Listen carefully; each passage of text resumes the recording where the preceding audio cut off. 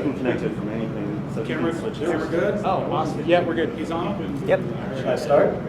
Yeah, we're Whenever recording. you're ready. All right. You start this slide deck. Hey everybody, hope you're ready to talk about ANSI and ASCII. I want to start with just to explain what's going on in the room here. Now it's not opening. Yes, ma'am. Except There okay. we go. Oh. No, that's not. So what will you guys see on this other screen, I'm going to show here to anybody looking at the recording, is that we're looking at individuals drawing ANSI live as we talk.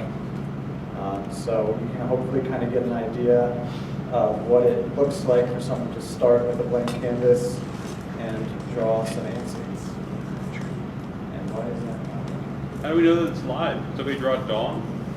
It might happen. I specifically asked someone, an individual, not to do it because it was likely it would happen, which probably means he's going to do it. Yeah. Well, That's kind of the- dongs or it didn't happen, right? You're easily offended. I hope you didn't All right. Well, the Wi-Fi is going bad, so the recording might not have this. If you But switch over, are you on the conventions network? It's not showing the speaker network. Try conventions. Yeah, that's what I'm on right now, and that's what's not doing well. And frankly, it's not a crucial part of things, Okay, so yeah. I'd rather not. The knock is getting knocked down, I think. Yeah, I'd rather not slow things down just for that. So it's going to be a little limited to people in the room, but what we see is some live drawing over on this other screen. So first of all, my name's Doug. I went by Lord Scarlet at the NCC, and I still do online. I run a site called 16 Colors, which is an archive of ANSI art created by the underground art scene, ANSI and ASCII, over the past 20 years. What we're going to talk about today is what ANSI is. The topic is a little bit of a misnomer. I'm not going to talk much about ASCII, but they run in parallel. It's just easier to focus on one instead of looking at all of them. The relationship it had to bulletin board systems, the underground scene that came out of bulletin boards and ANSI, politics of the underground art scene. What I really want to talk about, which is ANSI as art, and if we have time at the end, a little bit about archiving the ANSI scene. I have a ton of content to get through, so let's just dive right into it. ANSI is a primitive form of computer art that uses characters instead of pixels or lines. So it's kind of a subset of what's known as text mode art. What most people probably picture for text mode art is ASCII. And ASCII in the computer world is mainly just the lower end standard set of characters you see on the keyboard used to draw pictures. There's a lot of information out there about how text mode art existed long before computers with typewriters, print setters, anything that took characters and put them on a page, people started to draw artwork with them. If you look at it in comparison to ANSI art, we see a pretty big difference in what the final product looks like. And when I talk about ANSI, what we're really talking about is DOS. ANSI is specific to DOS. It used a couple set of specifications and became known as kind of this colloquial term of ANSI art that really doesn't actually mean anything except to the people that were creating it. It's made up of code page 437, which is a character set available in DOS. It also uses ANSI escape code sequences, which were sets of letters and numbers that did cursor positioning, color, all those various aspects. And when we're in ANSI, we have 8 foreground colors and 8 background colors. 16. 8 of them. The first 8 can be foreground and background. The second 8 are only foreground in standard ANSI art. And when I talk about all these characters available, there's 256 of them. The top 128 are what's known as the extended character set. In traditional ASCII, it's only the first 128. The other thing I'll point out to anybody who's a developer and works with ASCII versus Unicode versus all the other character sets is that in the art scene, ASCII refers also to code page 437, unless you're talking about the Amiga ASCII world, which had its own character set, the other ASCII on other platforms. But when we're talking about ANSI, it's largely about 10 characters that are what we refer to as blocks. And of those 10, the most important are these four, which are known as F1, F2, F3, and F4. They were used to make a solid block of color as well as shading. So when you see red here, that would be the foreground color. When you see black, that would be the background color. So talking about ANSI is really irrelevant if you don't understand the bulletin board systems. The BBS scene came up in the late 70s is when they first came out, and they thrived in the 80s and early 90s. And they're really a disconnected, anonymous form of communications on computers. Hobbyists had a way now that they could talk to other computers, and they came up with bulletin board systems. If you had a computer and you had a modem, you could run a bulletin board system, and vice versa. If you had a computer and a modem and you had the number to a bulletin board, you could call it. Early bulletin boards looked like this, just straight text. This is a modern incarnation of an old bulletin board, but this is what we're looking at on bulletin boards. But at a point, system operators, particularly of DOS-based systems, realized they could use code page 437 and ANSI escape code sequences to create menus that are a little more pleasing to the eye, a little easier to read, not just that straight monochrome screen. The problem is, if you look at ANSI, it looks like this. This is the wrong character encoding, we'll ignore that. But it's an escape code, and then a bracket, and a bunch of numbers and letters that specify character positioning, color. It's really not very easy to work with. So you see simple menus like that one I just showed. But in 1986, Ian Davis released the Draw. The Draw was a GUI ANSI editor, and the GUI was ANSI, and it allowed artists to use their keyboard to just draw and not worry about character codes, not worry about ANSI escape code sequences. You see down here at the bottom this blue bar with the 10 numbers.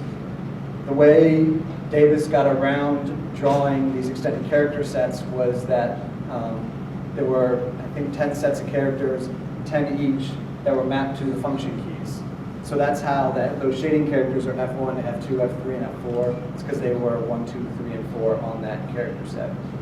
And so from this, system operators could start creating more elaborate screens, start really customizing their boards. Game operators on bulletin boards in particular would use ANSI to make a more immersive experience, make it a lot more like the games people were playing on DOS outside of bulletin boards. Now, I don't know how many of you use bulletin boards. I see some heads going up. But for those that didn't, I want to kind of frame it as to what we're talking about here. It's not about pixels per inch, it's not about resolution. What matters is that you can see 80 of these characters we're talking about across the screen and 25 down. If someone wanted to represent something more elaborate, they would go what we call beyond the 25 lines. They would create an ANSI that was taller than this, but it would scroll off the screen. So when you log into a bulletin board system, this is what it looks like. You get one character at a time drawing across the screen, and these long ANSIs became known as scrollers. And so when you're logging into a board, this is how you get your information. It's also how you get the text-based information as well. You're really getting one character at a time drawn on the screen. And this, for those that have used boards, this is a simulated 14400 baud modem. It's pretty fast for a lot of us that first logged in, but if you compare it to if you were first using dial-up internet on AOL, God forbid, or any other internet provider, you were probably at 57.6K. So that was 4 or 5 times faster than this. A lot of us start at speeds 4 or 5 times slower than that. So out of these bulletin board systems and out of ANSI art, this scene starts to develop. It's not surprising to all of you that are developed with computers that people start fractioning off into little groups. And that's what we know as the underground art scene. The first group that came about was Aces of ANSI Art, otherwise known as AAA. And it was really just an affiliation. People would just, when they drew their ANSI, they put their handle on it, put AAA next to it, and that was the end of it. But shortly after AAA, ASCII and ASCII were formed, and they each somewhat independently, maybe not, it's hard to say, came up with this form of releasing zip files of all their artwork. A lot of groups started to follow, but ASCII and ASCII are really the ones that I'll focus on a lot. Not focus on, I'll mention them a lot. And that's just because they really did dominate the ANSI scene for 15 years. A lot of groups came about in that time, but they stuck around and made kind of what everybody strived to be equal with. What these groups were, let's really just focus on the first 3 or 4 years of the ANSI. They were localized by area code, and that was the nature of modems, that it was cost prohibitive to dial outside of your own area code. So artists, any grouping on bulletin boards tended to be localized that way, just because it's cost prohibitive if we ignore freaking and all that stuff, which is a whole other topic. But they'd take all their artwork, they'd zip it up into what became known later as art packs. And the groups were not just ANSI artists, they were ASCII artists, they were high resolution, or as we knew them at the time, VGA artists, coders, musicians, authors that did poetry and other stuff, people who were solely administrative staff to help the group running, help group members, help manage pack distribution. The packs are the important part of what was created kind of administratively by ANSI. They're generally distributed on a regular basis, monthly in most cases. As we got to IRC, it became a lot, and FTP, it became a lot easier to transfer this stuff around, and it contained all the artwork created by the group members since the previous release. It was a lot like the software distribution model for Wares groups. Bulletin boards, when it was just bulletin boards and we didn't really have much internet, the way Wares groups distributed their pirated software is they had set the bulletin board systems, particularly in their home area code. They would upload a copy of that piece of software, and then there were members of the group that were called couriers, and their sole job was to grab these pieces, these software releases, send it to a couple boards outside of the area code, then a couple more couriers would pick that up, and it would kind of spider its way across the country. ANSI, what's that? It's what you had to do. Yeah. But you use Sprint-Link to do that. There are a lot of ways around it. I'm kind of oversimplifying things. There was freaking, there were message networks that came up that you could use to transfer some of this stuff and do some of this communication. Again, a lot of these things could spend half an hour talking about just each one. But our groups took the same model. They realized that it worked, and so they were trying to get this artwork out so people would see it, so people would want to be a part of the group or want work from the group. And they realized this was an easy way to distribute it, particularly with the ties that ANSI had with the Wares community. It worked out pretty well. The packs contained artwork, as we mentioned. They're mainly to support bulletin boards. There were login and log off screens that were where users were either using their password, apply for an account, check the status of the account. There were menus that obviously showed the options that were available on bulletin board. Message headers that would sit atop the messages and tell you who created the ANSI. The most important piece, though, were BBS advertisements. They were kind of the lifeblood of ANSI art, especially because it pushed that boundary of the 25 lines, allowed artists to really get creative with the art that they were creating. And it kind of symbolizes or demonstrates the symbiotic nature of ANSI and bulletin boards. Because not only were packs used to distribute art, have the artists get their stuff seen and raise their prestige, there's also a way for bulletin boards to advertise. If your bulletin board had a piece of art, particularly in a group at the level of ASCII or ASCII, a lot more people are going to see that artwork. It's going to have Wares groups notice you and potentially use you as a distribution point for their wares. So it really was a level of prestige to have this art drawn for you. And so BBS advertisements were, again, kind of the lifeblood of ANSI art. The problem, if you notice this one that just scrolled by, is it's really long. And the draw limited you to 100 lines at a time. So that became problematic for a lot of artists as they really started to push the boundaries. There were a way to concatenate files in DOS and get around it.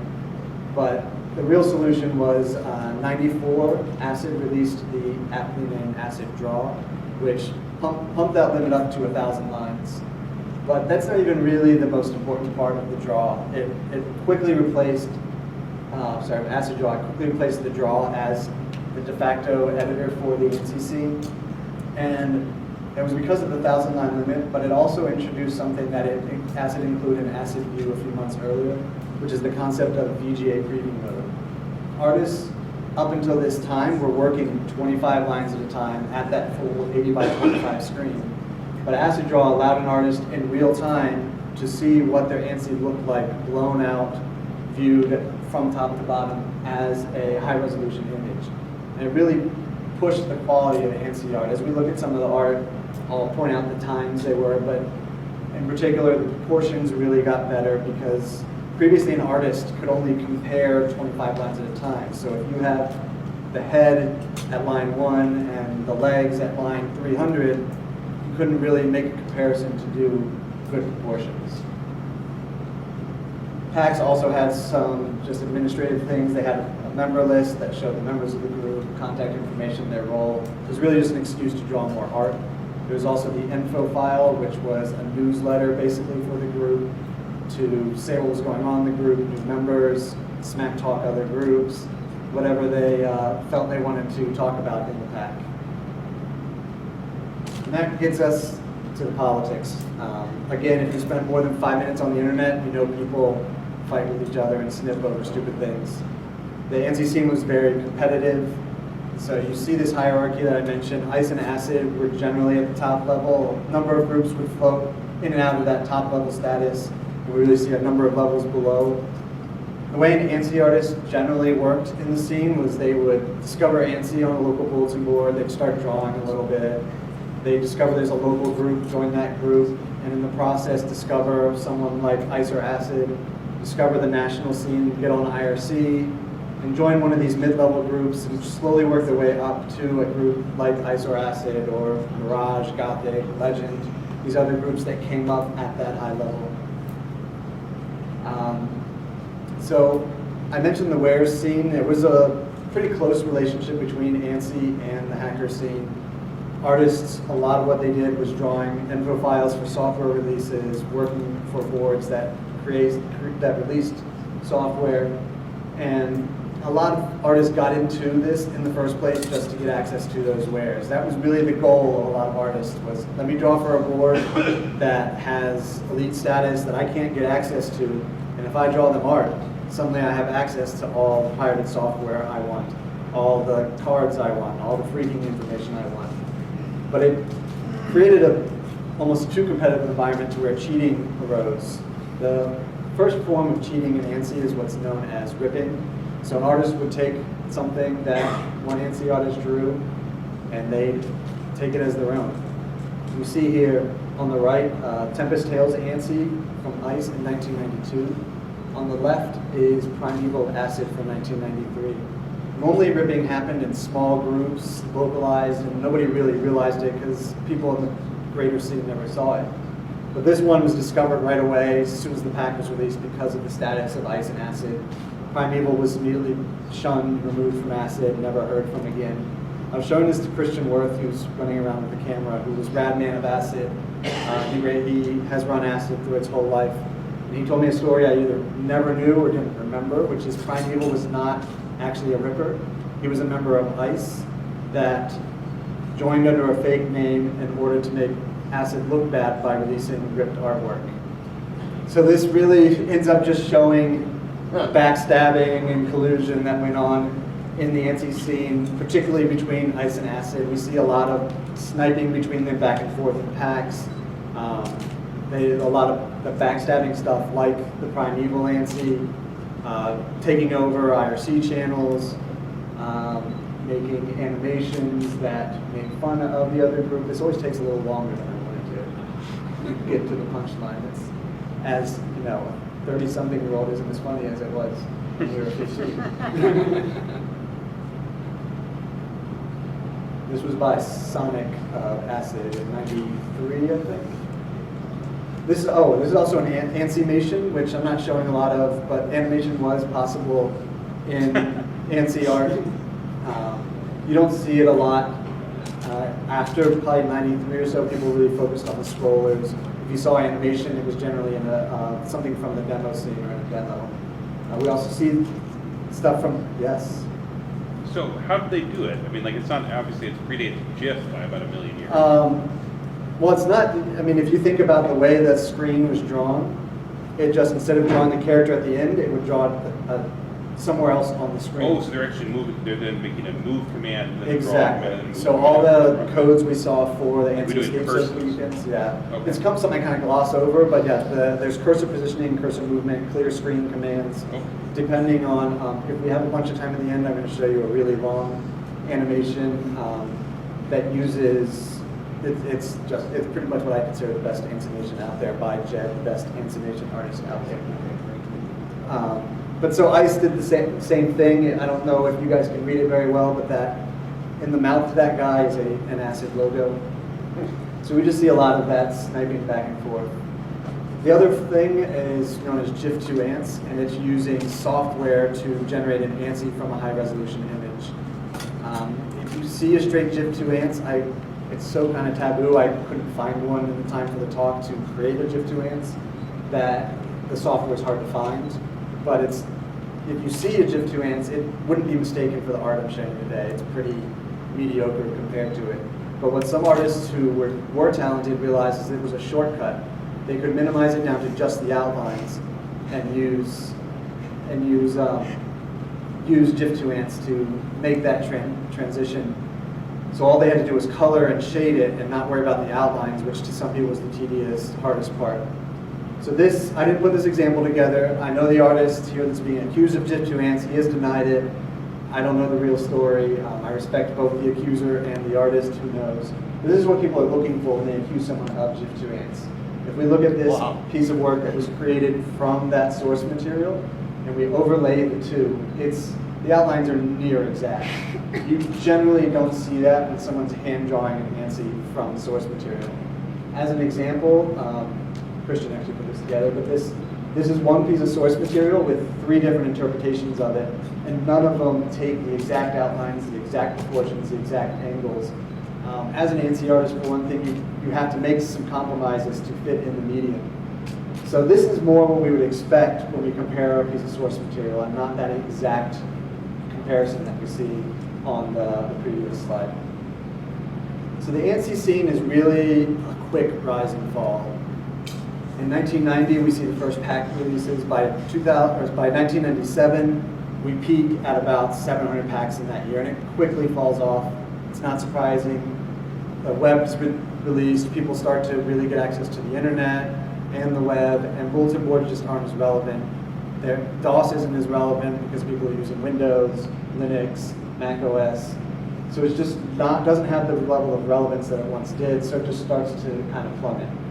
Now the thing that happens in that time is that the competitive starts to disappear, and we start to see a lot more collaboration. You see a lot more what are referred to as joints. Joints are ANSIs created by more than one artist. Someone would start an outline, transfer the file to another artist, he would do a little work, and go back and forth until they had a final product.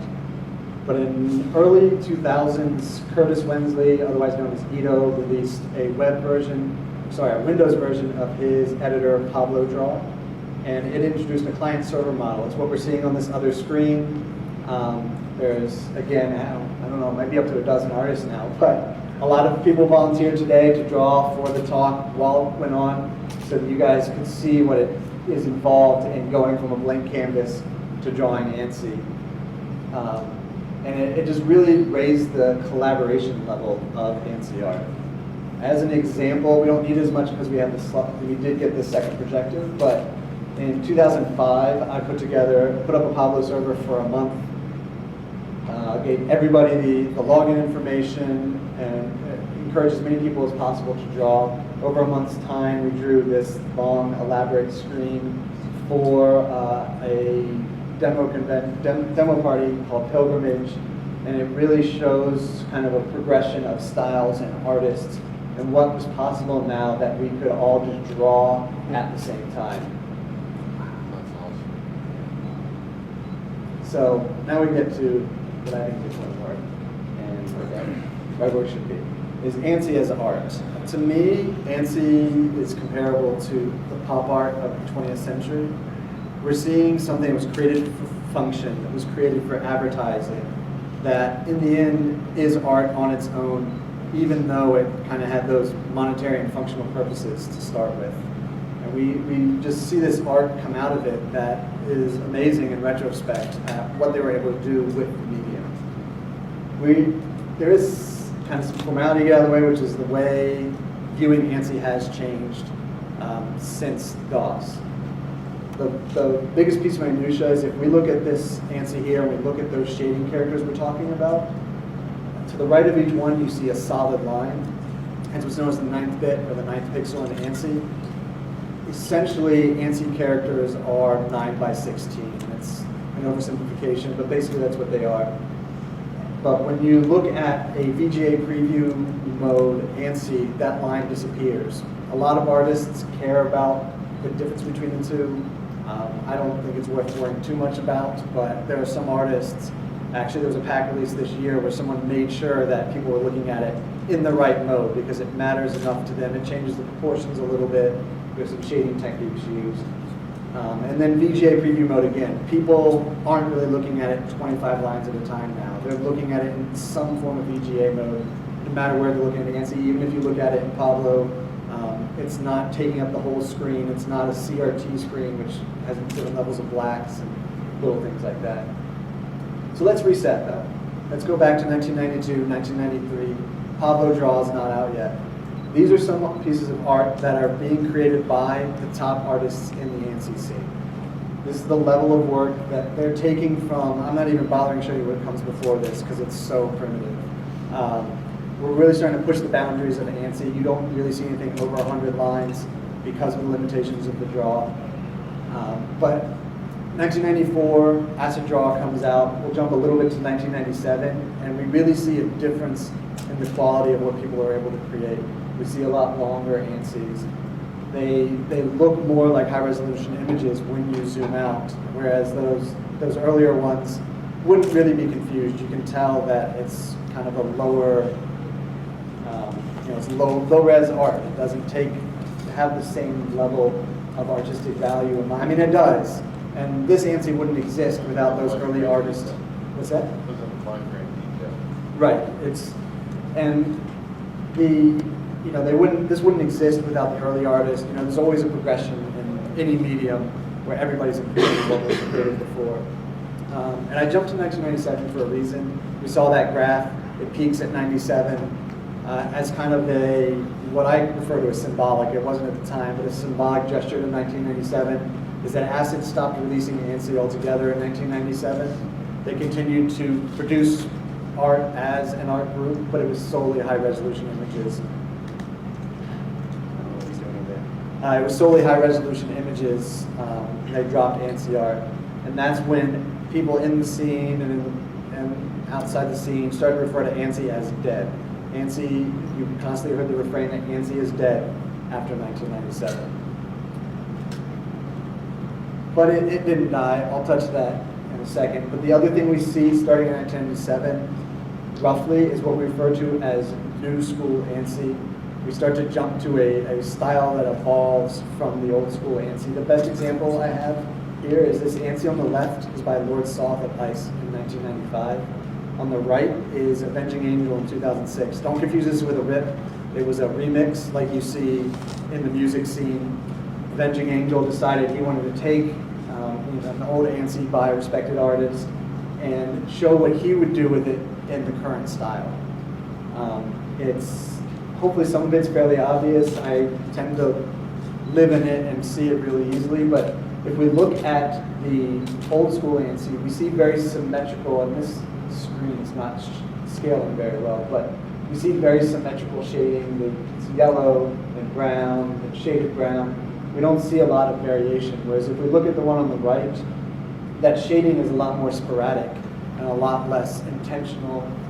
There's also a lot more harsh shading if we look under her chin and in her hair. Those are all little things that symbolize new school ANSI. There's also little things like if you look at the background, again, the scaling doesn't show it very well. But Lord Soth's ANSI is really just a plain blue background, but Avenging Angel starts to throw in some little details that weren't there in the original piece. You may have noticed a lot of this art is from comic books. That's another trend that really flows through ANSI, is what we refer to as comic rips. I tend to think that a large part of that is that comic books have the same kind of color palette, and they have the sharp outlines that you see in ANSI. It lends itself really well to ANSI art. So we see a lot of comic book art all the way through up till now, lots of it, comic rips. But what happened is that artists started to shun it a little bit and started to look down on artists that did comic rips and started to brag about creating 100% original ANSI. And so we start to see artists using photographs, using their own line drawings, and jumping into creativity that wasn't in the ANSI scene. Again, I love all ANSI art, but early on, a lot of artists weren't very creative. There were a few that are really well known for creating original art, but most of it's really drawn from these comic rips. It probably didn't hurt that we were mostly teenager boys who had a lot of comic books lying around. But we jumped to these ones that are more creative as the scene evolves. There's also a little trend in ANSI I like to talk about. It's referred to as goop in the ANSI scene. You see it here dripping from this guy's mouth and his hand. It really represented anything dripping, slime, blood, just drippy stuff dripping from other unknown objects. This is where I kind of say it turns into almost like a Family Guy joke. Early people see goop and they're like, oh, that's great. It looks awesome on an ANSI. It's a great technique. Then everybody's using it. Everybody's using a lot, and it becomes, again, a little passé. But then there are a few artists that start to use it more just because of that until it gets to a point where it's accepted again, and people still use goop today. It works well with the character sets that you're given. We've looked at a lot of pictures today, pics as we call them in ANSI, and that somewhat reflects the way the ANSI scene was, that they were really a second-class citizen in the early ANSI scene. Fonts were just slapped on the bottom by the artist. A lot of artists, you can identify them just based on the fonts they created because they all pretty much look the same. But in 1996, a group named AWE was formed, and AWE focused on fonts and worked to make fonts as reputable as Pix. To where they got to a point where there were fonts that were so elaborate they just stood as pictures on their own, and font artists were no longer looked at as kind of the bottom rung of ANSI. So we get to some very elaborate ones that obviously could just be a picture on their own. There's a lot of pulling from graffiti style in ANSI that you'll see in the fonts. If we zoom in here for those not used to reading ANSI, in purple here it says 20, then 7 in numerals VII, and then inch. 27-inch was an ANSI group from the early 2000s. So the last kind of trend I want to talk about is this increase in composition in ANSI. This is actually a really good ANSI by Silver Rat. I keep forgetting the year. It's probably 96 or 97. But we see a little bit of what's called floating head syndrome in ANSI. This is not a great example of it. Real floating head is just a front view of a character, and then a front view of another character, and just heads stacked on top of each other. This one does take the profile, get the hand in there, but still we can see the background doesn't have a lot going on, just a little shading and a font slapped on the bottom. We see some attempt by Psalms here to do a little more. There's some foliage creeping in. But as artists progress, as we get VGA preview mode, we start to see artists really look at every aspect of the image, top to bottom, and think about each section as it would be viewed. Till we get to ANSIs like this Spawn one, where we see detail in every line of this cape, Spawn's head, which never has detail because it's just black. But this is the section I really want to focus on. We see multiple layers here. There's the smoke, and then his cape, and then his chains. And artists are really looking at every line as we go down as being part of the ANSI instead of the background just being filler. That kind of gets through all these trends. Now, I just want to run through a bunch of ANSIs from the last 5 or 10 years. This is actually one of them. I snuck it in here. That zombie thing with the yellow background was as well. Because, again, people said in 1997 that the ANSI scene died.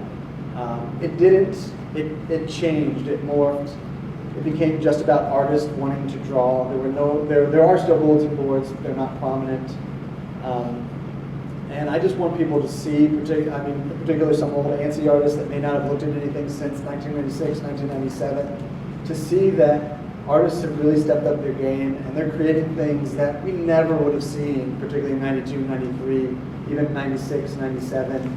Artists have taken it to a whole level and are creating things that when you see it in high resolution, you may not even realize that it's in ANSI, that it's using text characters to create this, because artists have really pushed the boundaries of what they can do with ANSI, especially when we start to see longer ANSIs. There's actually one I'll try to show you at the end that was too big for the slide software to even take. It's, I think, 10,000 lines. It's amazing. It's a whole story. But artists have really started to play with what they can do in ANSI and create just great pieces of art. This is where I start to just babble and get passionate about it and not really have much to say. But there's a lot of great artists out there that didn't start till after 1997 or were kind of new in 1997 that would blow away, honestly, anything that was created in the early days. But that's kind of it. I encourage you all to go to look up more of this stuff. A lot of this background made so I couldn't show a ton of art. But I want to talk a little bit about archiving the ANSI scene and what has been done as far as that goes. Like I said, I run 16 Colors, which is a website that takes all these packs and puts them online. I wouldn't have ever started 16 Colors if not for the Dark Domain DVD, which was created again by Christian Worth, that took everything that he could find on FTP sites, on his own hard drives, started digging around with other people, electronic magazines, art packs, editing tools, all these scene-related things, and he released a DVD. I snatched it up, put out 16 Colors, which on day one was really just a web version of the packs on the Dark Domain, but they could be viewed on the web, high resolution. You didn't need a special viewer to look at them like you did for the DVD. And it's grown since then. People have uploaded. There have been large batches of files I've gotten from people throughout the community. We've added about 400 packs to where we have close to 4,000 packs, 150,000 files, 20 years of packs. But taking on an effort like 16 Colors is hard for indexing. When in 1992, 1993, when we started all this, nobody thought about a website that would have 150,000 images. We did the best we could. DOS, for those that don't know, it's probably not anybody here that doesn't. It was an 11-character limitation, 8 characters, a period, 3 characters. So what we did was we would put an abbreviation for the artist at the beginning of the file. But I was Lloyd Scarlett. As we mentioned earlier, there's an artist named Lloyd Soth. We both used LS, so there's no uniqueness there. It's a terrible identification scheme. The multiple artists were the same thing. The joints were we or us generally. And packs, groups generally used an abbreviation for their group, and then a month and date, a month and year, or a year and month, or a pack number. The file dates on the packs are kind of useless because of FTP and other file transfers. They don't keep that original file date. So you try to parse out these dates, but there are some problems. We'll make it kind of a tedious one, which is that December 2011 and November 2012 have no distinction. There are also groups that use the numbering, which can be tough, not impossible, to pull out with regex compared to a date. There's groups like ASCII who, just to make our life easy, switched from the date scheme to a number scheme at some point. So you can't even say all ASCII packs use this pattern. So in 1994, ASCII released SOS, which in some ways was meant to remedy this problem. Think of it a lot like EXIF that we have now.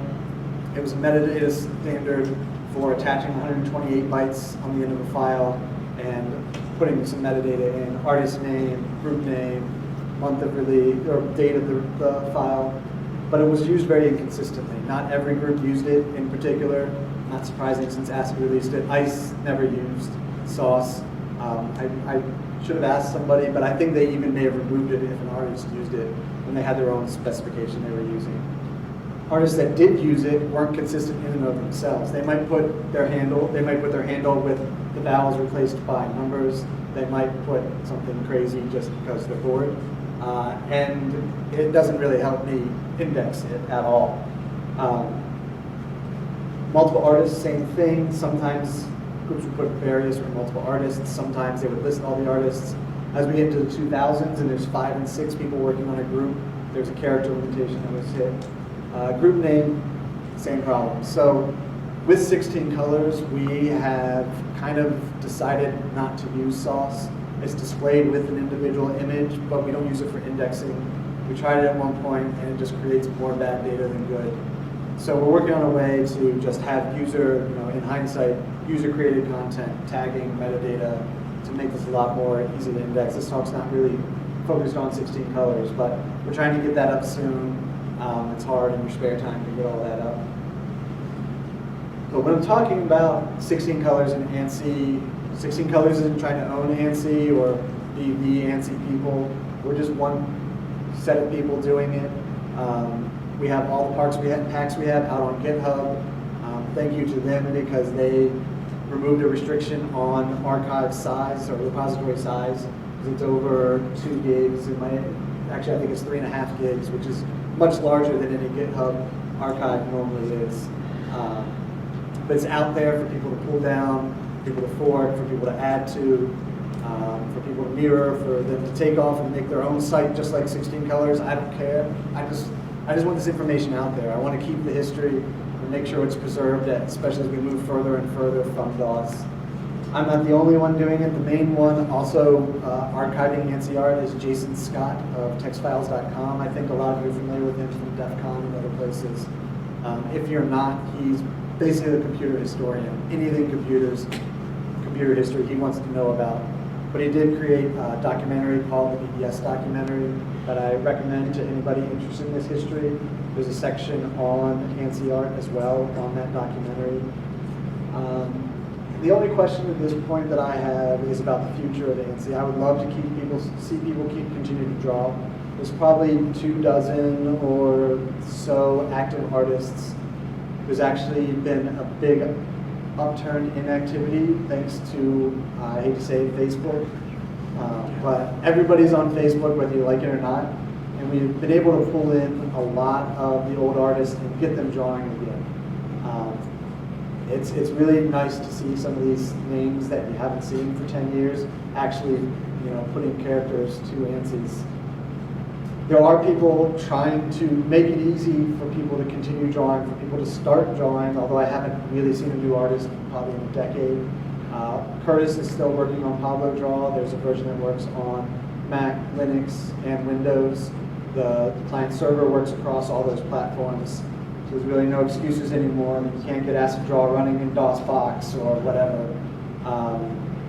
We also have a web-based editor that is in its early stages, but it's at draw.16colors.net. That's also on our GitHub archive if anybody wants to help out. 16 Colors is also on GitHub.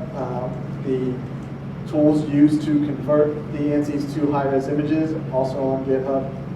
It's all very open. We love help from anybody, input from anybody, criticism from anybody. It's really looked at as a community thing. 16 Colors for 10 years has mostly been me. Over the past 3 or so, there's someone named Brian Cassidy who has actually, most of the existing code is his. He's done a great job. A couple other people have helped me over time, Dan Stevenson and Thomas Aylott have done a lot as well. It's kind of the end. I also wanted to thank, I decided to do this because of the mentor program.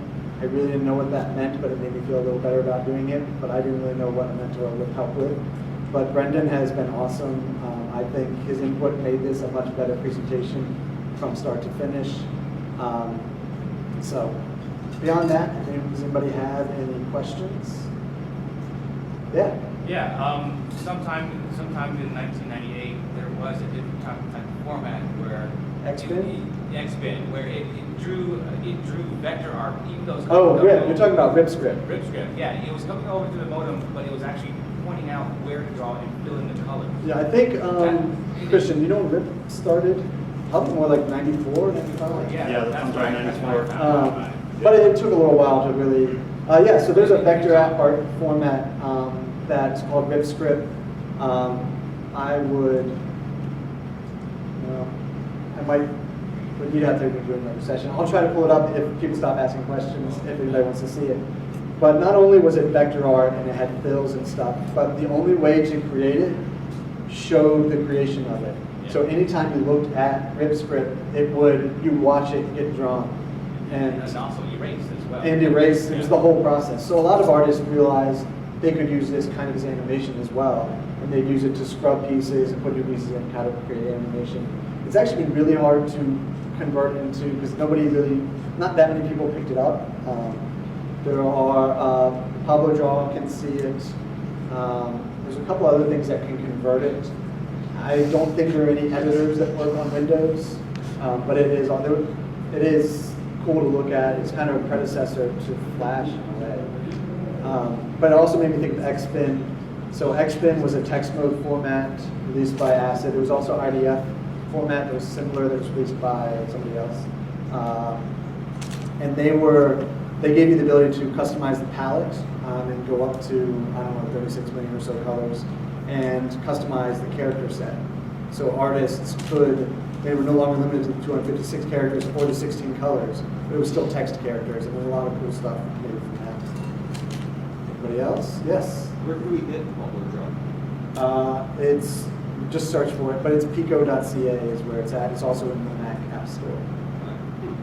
Did the ANSI artists ever submit to like demo competitions or have their own? Oh yeah, so there were a few, well, let me back up. So there were, the only ones run by the ANSI scene competition-wise that I know of were on IRC, but there are a lot of specific ones, Blender in particular, that were very popular. Blender gave you, I believe, an hour to draw, and it gave 3 random words, and you had to put those into your piece. So Blender is the only, this is the big one, there's a few others. But there are a lot of demo parties. There's still Evoke, which is, I always forget what city it's in. It's in Europe. It's coming up soon. They still do an ANSI competition every year. But in the 90s, basically every demo party had an ANSI competition. And they would, back then it was you had to draw it on premise. As things have gotten smaller, it's now you had to draw it that year and not have released it. Now Evoke kind of loosened that, and you could have put it in a pack. So yeah, there were competitions. The main one I think of is Blender, which was not at demo parties, but the demo scene and ANSI are funny because you'd think they worked together a lot more than they did, but demos were a lot more popular in like Europe, and ANSI in America, Australia, and a few other places. Anybody else? Awesome.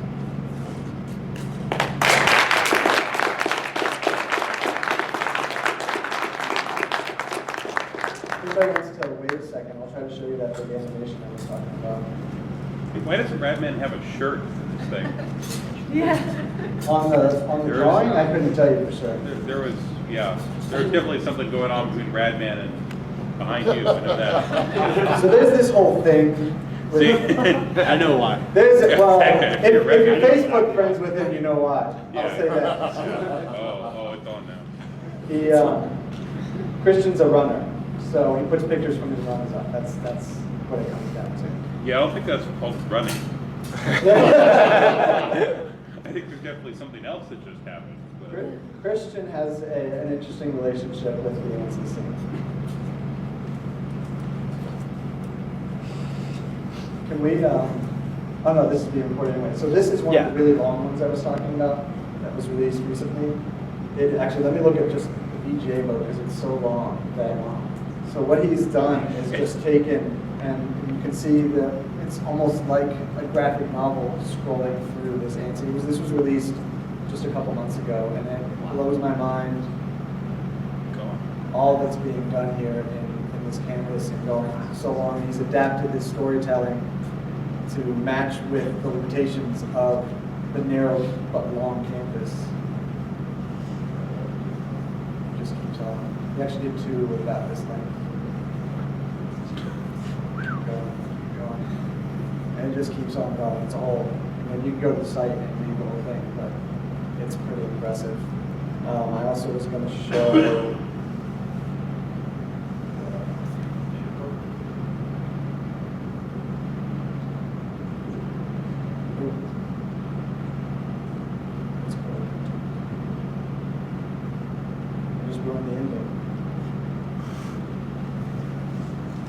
So this is an animation by Jed, who was kind of the most well-known ANSI artist, or sorry, animation artist in the scene.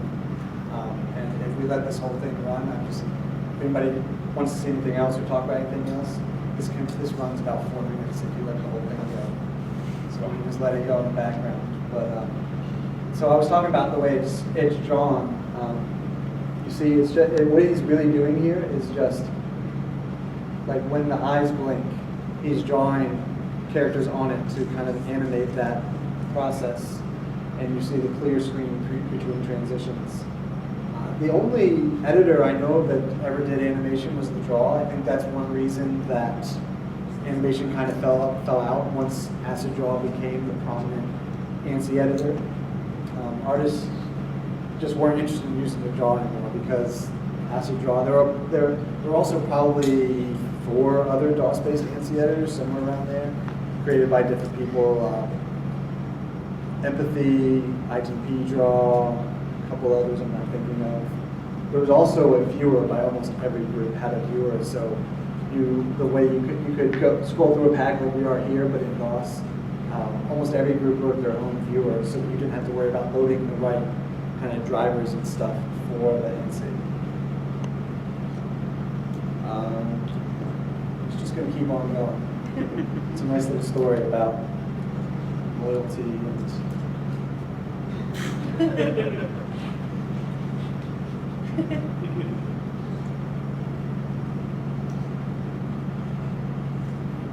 I don't know who's been drawing. I can't believe they did that much, but there are also a dozen people in there. You can kind of see there how someone, a lot of people have different techniques, but so you see how a lot of people like this inverse technique. The screen starts black. It's always started black traditionally. A lot of artists will fill in with gray and then use black to draw the outline. One, I think they just visualize it better, sort of like pen on paper. But also, ultimately, those lines are probably going to be black in the end anyway. And if you draw with the gray, you have to end up switching that, and you really kind of lose track of it. I think this is now this will be the 3rd ANSI with my facing it, but and the 2nd for Christian. First one with his shirt off. Let's see. I'll just give a call out. Who's in there? Avenging Angel, Antichrist, Breakfast, Cat Hood, Enzo, Misfit, Retribution, who so far has not drawn. He's very good. And The Creep Fever and Ungenant. Avenging Angel was saying, I bet there really is no presentation. It's just an excuse to get this all together. Yeah, I thought about trying to just like turn Hangouts on or something for the audio to go to them, but I didn't want it to potentially screw everything up. So they'll just have to look at it after and find out if it's for real. But I can't believe this thing's still going. Yeah, it's a lot of talented guys doing stuff with a medium that's so limited that I'm kind of latched on as the archivist at this point. I can't do what they do. Christian actually is similar. I think he drew one ANSI ever, and it wasn't really him, it was somebody else. I think it was a ghostwriter.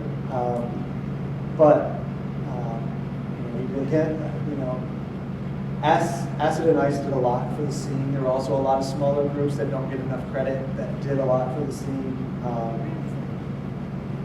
There was one, kind of as the scene was dying, called The Legion that I really latched onto that kind of had a mission to really make sure the scene stayed alive. But now in the 2000s with Facebook, Enzo has been kind of a driving force in keeping things alive. There's a group called Blocktronics that's still releasing ANSI today, and they do an amazing job, and it's all Enzo's work getting all that together, and then just the talented guys that are doing the work. It's, you know, I kind of tell them all the time that I only have all this because of them. It's, you know, it's not that hard to just display images on the website, and they can do a little bit of outreach like this. It's still going. It didn't start over, did it? No. Wow. I mean, think about the time put in to do this animation. It's unbelievable. And he's really, if you search ANSI on YouTube, it's mostly Jed that comes up because he's just the foremost. One thing about Jed animations is he would actually make them pronounce the vowels in the words. Yeah. So a lot of his animations, if you look at the text that's being written and said, he's sounding them out. He's not just flapping the gums. Sometimes. Right. When I showed this to a couple people, I think I don't know if it was Bren or people, they kind of noted how they talk and then the text comes up. I don't know why that came about, but if we saw that animation earlier, also making fun of ice, the same technique was used. I don't really know why that was the technique that was used. Uh-oh. Should have thought before we did that, shouldn't we? I don't know why that was the technique. It's just kind of what came about. Again, it's like Goop and New School. It's just kind of how things evolved in the ANSI scene, but that's how they did animation.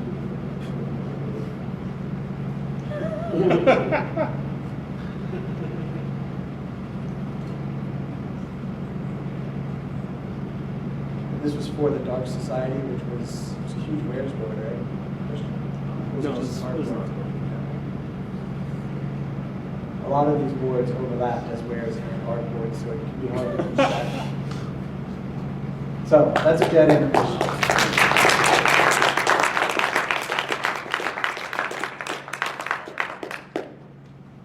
Thanks, everybody.